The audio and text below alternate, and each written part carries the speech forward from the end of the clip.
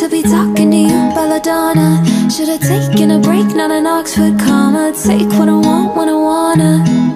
And I want, yeah. So my very good friend Cait over at Chapter Cait reached out to me a couple of weeks ago and was like, do you know what, Noria, I'm putting together this really cool readathon and I would love for you to be a co-host. And I'm like, oh my god, firstly, it's Cait, I love Cait. And secondly, when she said that the readathon was going to be the MONSTERathon, which is going to be a month-long competitive readathon whereby we read all about monsters in books, I was like, sign me the fuck up. Even better, it's taking place in September because Cait, who is as always very thoughtful, was like, October has a lot of readathons and she does not want to crowd October in, which, fuck, October really does have a lot of readathons. How the fuck am I going to survive? Do you know what?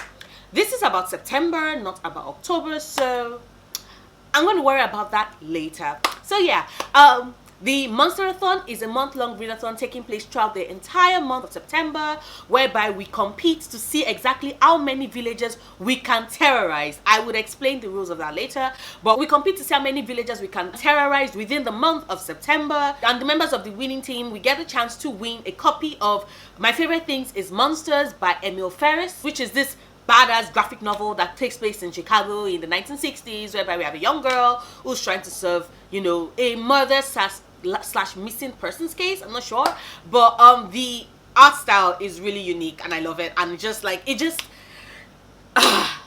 gorgeous, it's stunning. So what are the winning teams? So you can know which team, you know, to join. I would suggest my team because, you know, my team is going to be the best. I'm just saying, like, I'm out of a reading slump. I'm ready to read my fucking art out. So the fact that it's competitive as fuck makes me very happy. But anyway, let's go to the teams. We have the Beasts, who are led by my very good friend Justin over at Ghost Reader, and Leah from When the World is Leah Jane, my very, very good friend.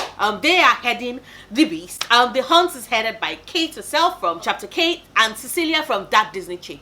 And then we have the Conspiracies, which is the team where you want to be a part of, and that is my team. Yes, the Conspiracy is led by me, myself, and I. And my very, very dear friend Sarah over at Novel Serendipity. And you're like, oh my god, Sarah, why does that name sound familiar? That's because Sarah is my very good friend, and you know, we've been body reading every month for a while, so you know Sarah. So yeah, those are the three teams. You get the chance to pick which team, and you get the chance to terrorize villagers as a team. I repeat, you get the chance to pick which team, but you're watching this, so I'm certain you already know which team you should pick.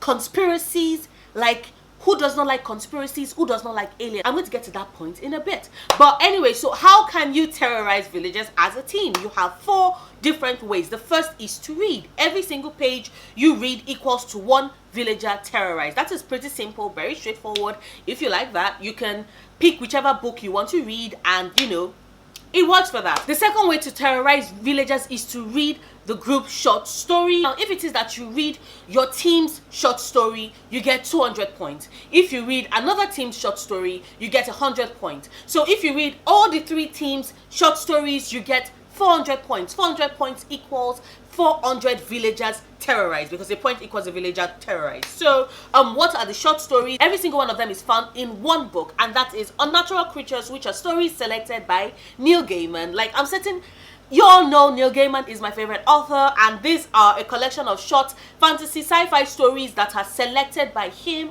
And I trust his taste in books, I trust his taste in stories, and I know that each of the stories are going to be brilliant. So if it is that you're going for Team Conspiracies, which you should, our short story, Cait referred to it as the dot. I, on the other hand, I'm going to refer to it as, you know, more of your art rhythm, you know. The reason why is because it doesn't really have a title. If you see that, this is all you see, it's not really a title. I'm referring to it as the heart rhythm because, you know, kind of like that, the things that show up on an EKG machine. I don't know what that thing's called. Cardiac rhythm? I don't know. Right now I'm stretching, but it kind of fits. So if you're Team Conspiracies, you read that short story, it is the very first story in the entire collection, you get 200 points. While the story for the Beast is the Griffin and the Minor Canon, and the story for the Hunt is Come Lady Death. So Unnatural Creatures, stories selected by Neil Gaiman. The third way for you to terrorize villagers is by completing any of the challenges on the list of terrors. Now, for each terror completed, there are 250 points awarded as 250 villagers terrorized. There are 10 challenges in total. You don't have to pick every single one of them. You can pick and select and drop. And some of the challenges are named after the different teams, but that does not mean you have to go for your team's challenge. You can pick any challenge whatsoever on the list.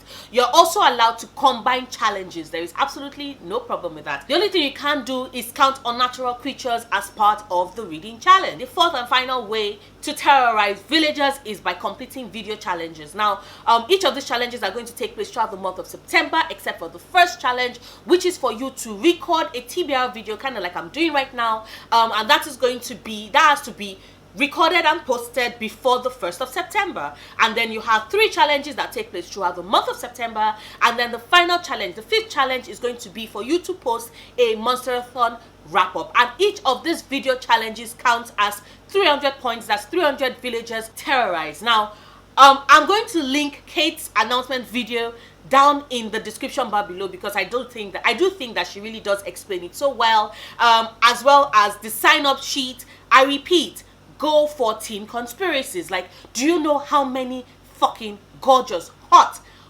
aliens there are out there? Like, think about it. So fucking fine. There are so many vampires. Like, vampires are overdone, but aliens are gorgeous. Like, think about it. So many hot aliens out there, and I've just spent so long talking about the readathon rather than just going straight to my TBR video.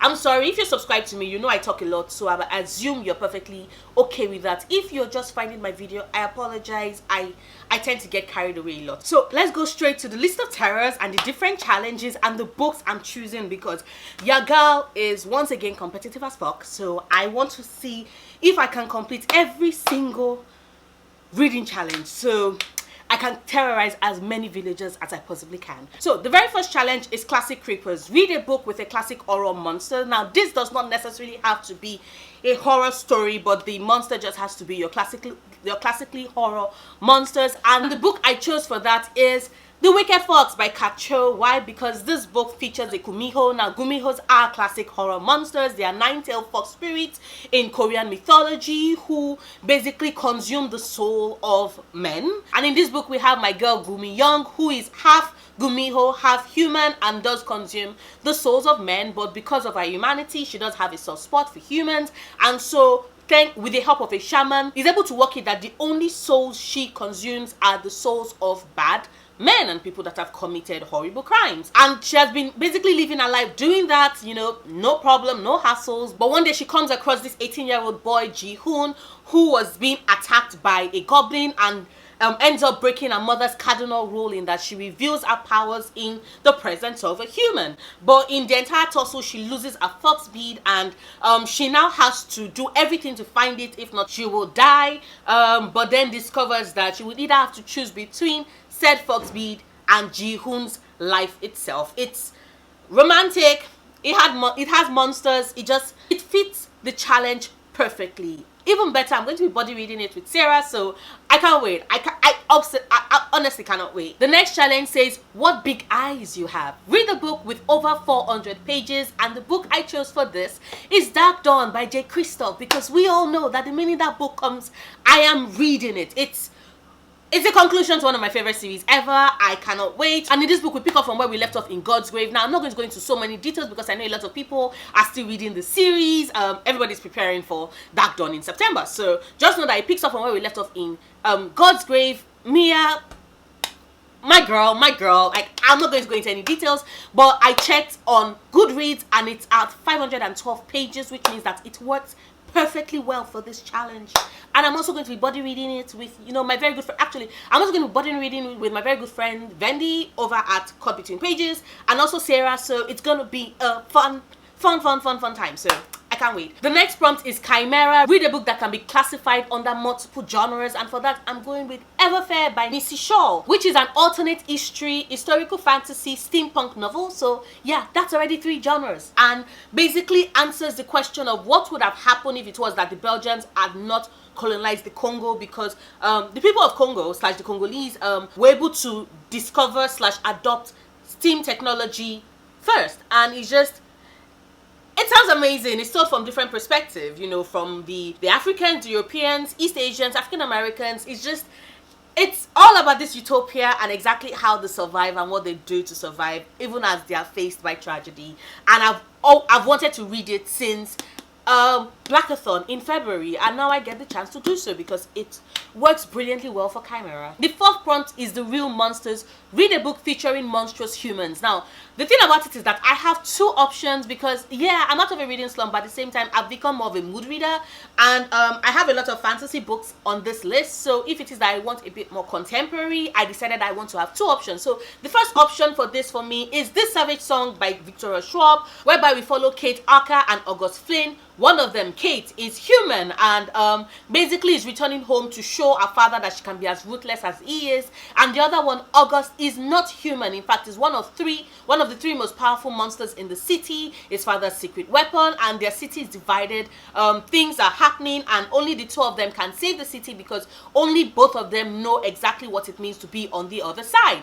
And this book definitely does answer the question of who really is human and who really is the monster, and it fits perfectly well for this prompt. But if it is that when I get to this, I'm no longer in the mood for a fantasy, I would just go with The Female of the Species by Mindy McGuinness, whereby we follow Alex, whose older sister Anna was brutally murdered 3 years prior, and she knows the killer, and when the killer walks free, she decides to get her own special revenge.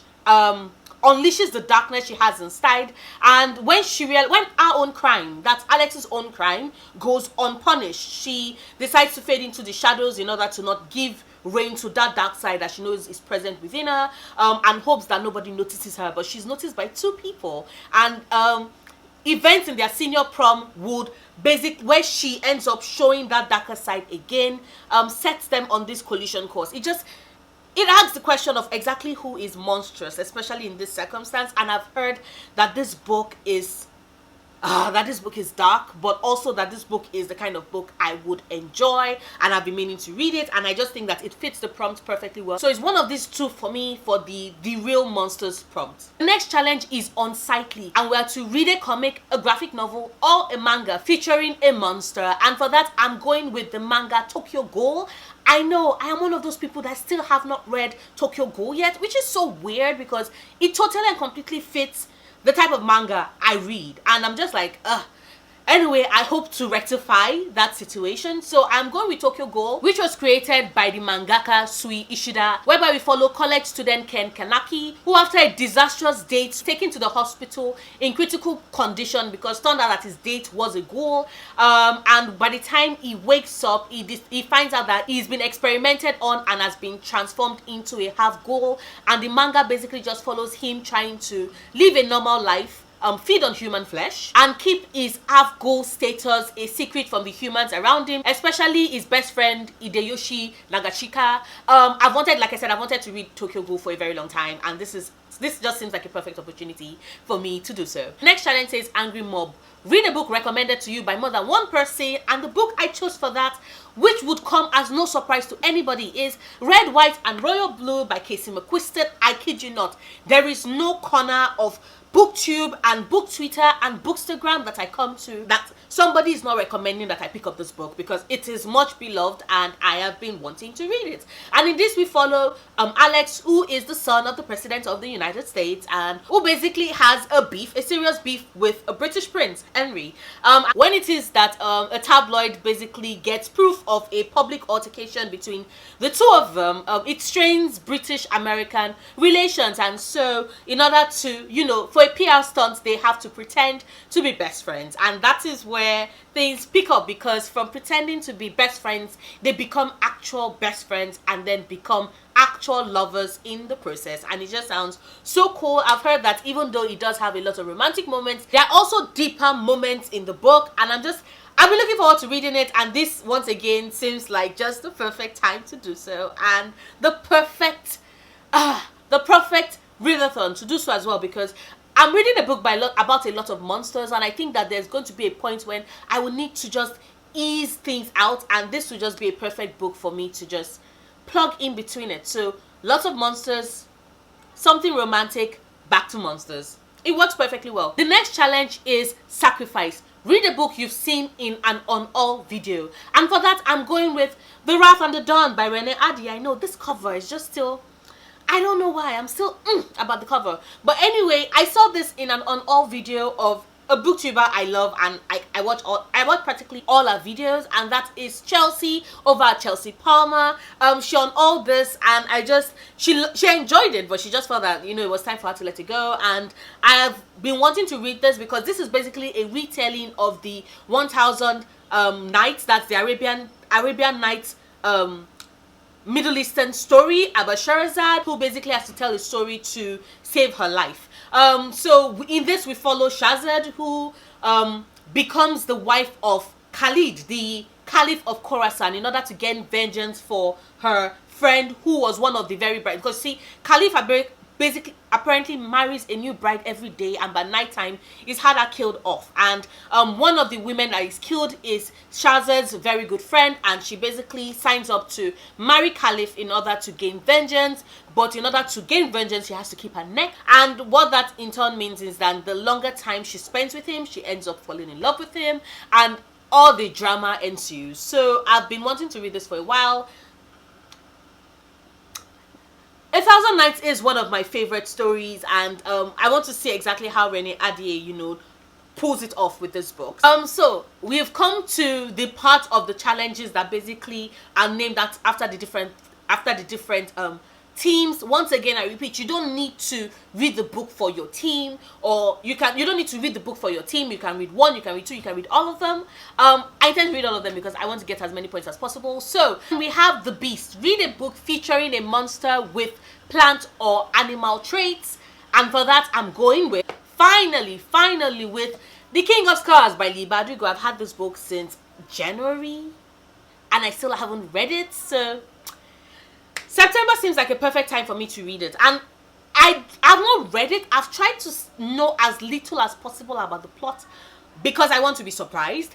But I do think that if we follow where we ended, you know, and the events of Ruin and Rising, then you know that Nikolai does get some animal traits. He still retains some claws, and I think he probably still retains some animal traits as well.